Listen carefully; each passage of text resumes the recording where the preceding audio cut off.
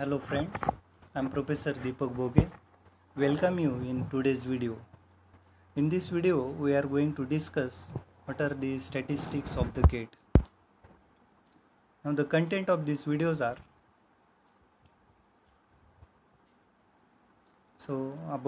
first we will discuss about the GATE strategy, its strategy, GATE previous year cutoff, highest mark obtained, and list of some IITs and NITs. GATE is an graduate aptitude test in engineering. Its objective to get the admissions into the PG and PhD courses in engineering or sciences at IICs, IITs and various other premier engineering colleges in India. Now let us come to strategy of the GATE exam.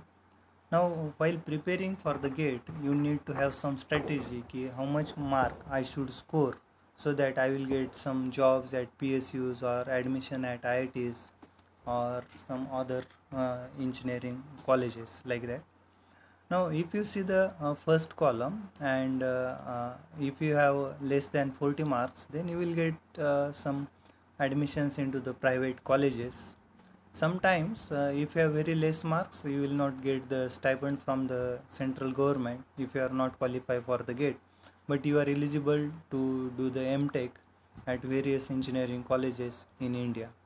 If your score is around 40 to 50, then you will get good private sectors or job at some companies as well, private sector companies.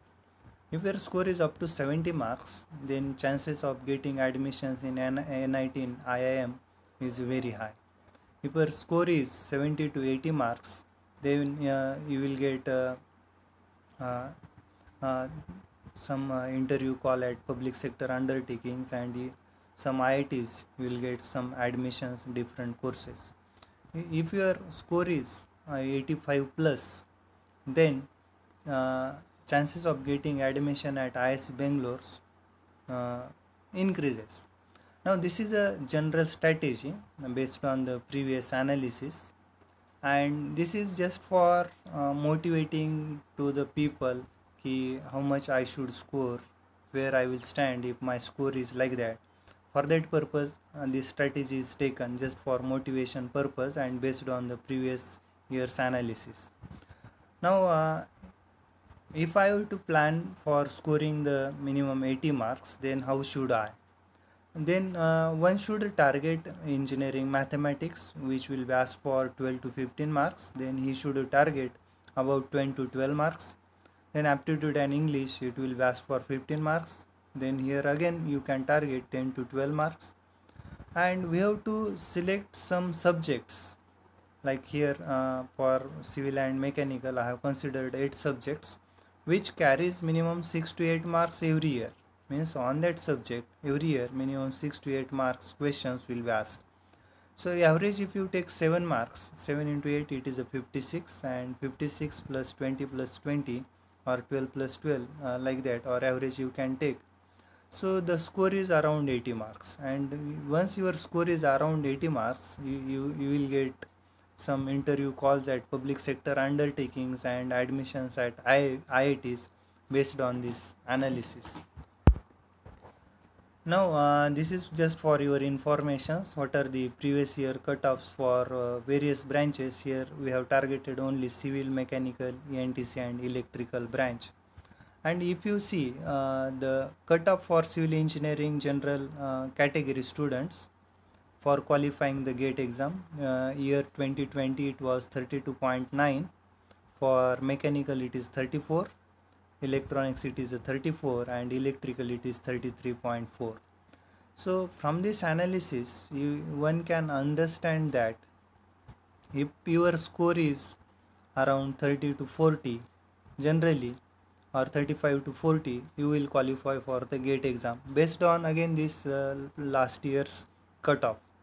Once only out of this, in year 2009 for electrical engineering the cutoff was very high, that is 39.6. In all other years the cutoff is always less than 35 marks. Okay, So those who want to qualify for the GATE, they have to keep the minimum target of scoring 40 marks, then they can qualify for the GATE exam. Now, what are the highest marks scored by the students in the GATE exam in last 5 years? If you see, for 2020 GATE exam, civil topper is 90.77, electronics it is 82, electrical 87, and mechanical 86. In 2015, mechanical has highest score, that is 98.33, and then generally the highest marks is about 90, 85 to 95, in the range of 85 to 95. So why I have taken these slides? This slide indicates that you can score around 98.33 marks in the GATE exam. So GATE is not that much difficult. Again, it is not that much easy as well. Okay, so this slide is just for motivation to you, that people can score this much of a mark in the GATE exam. Now here, this is a list of IITs. Around 24 IITs are there in India, and let us take 100 seats are available for the MTech course in IIT. Then 24 into 100, so it is a 2400. This is again general calculations, not exact. Number of seats may vary. Some colleges from 50, 60, from 60 to 120. So we have, just for simple analysis, I have taken 100 seats. So total 2400 seats are available with this analysis for MTech courses in India. If this is the list of NITs, so again here 32 NITs are listed. 30 NITs are listed, 31 NITs are listed. And again, if you consider 100 seats for MTech courses in NIT, so 3100 seats are there. If you do the additions of this number of seats in IITs and NITs, it will cross 3000, and that is 2500 or 400. So it is 5500. So if your rank is in the range of or below the 5000, then chances of getting admissions in NIT and IIT increases. Now there are again some seats are available at IIM. Some students will go for the public sector undertakings. Some students go for the MS. So like this, again some number of seats 500 increases. Maximum, if you have rank 6000, below 6000, you will get the good college for the post graduation course or MTech course in India. Now these are the references used for preparing these videos. Again, you think big, do big, and you will get big. Thank you.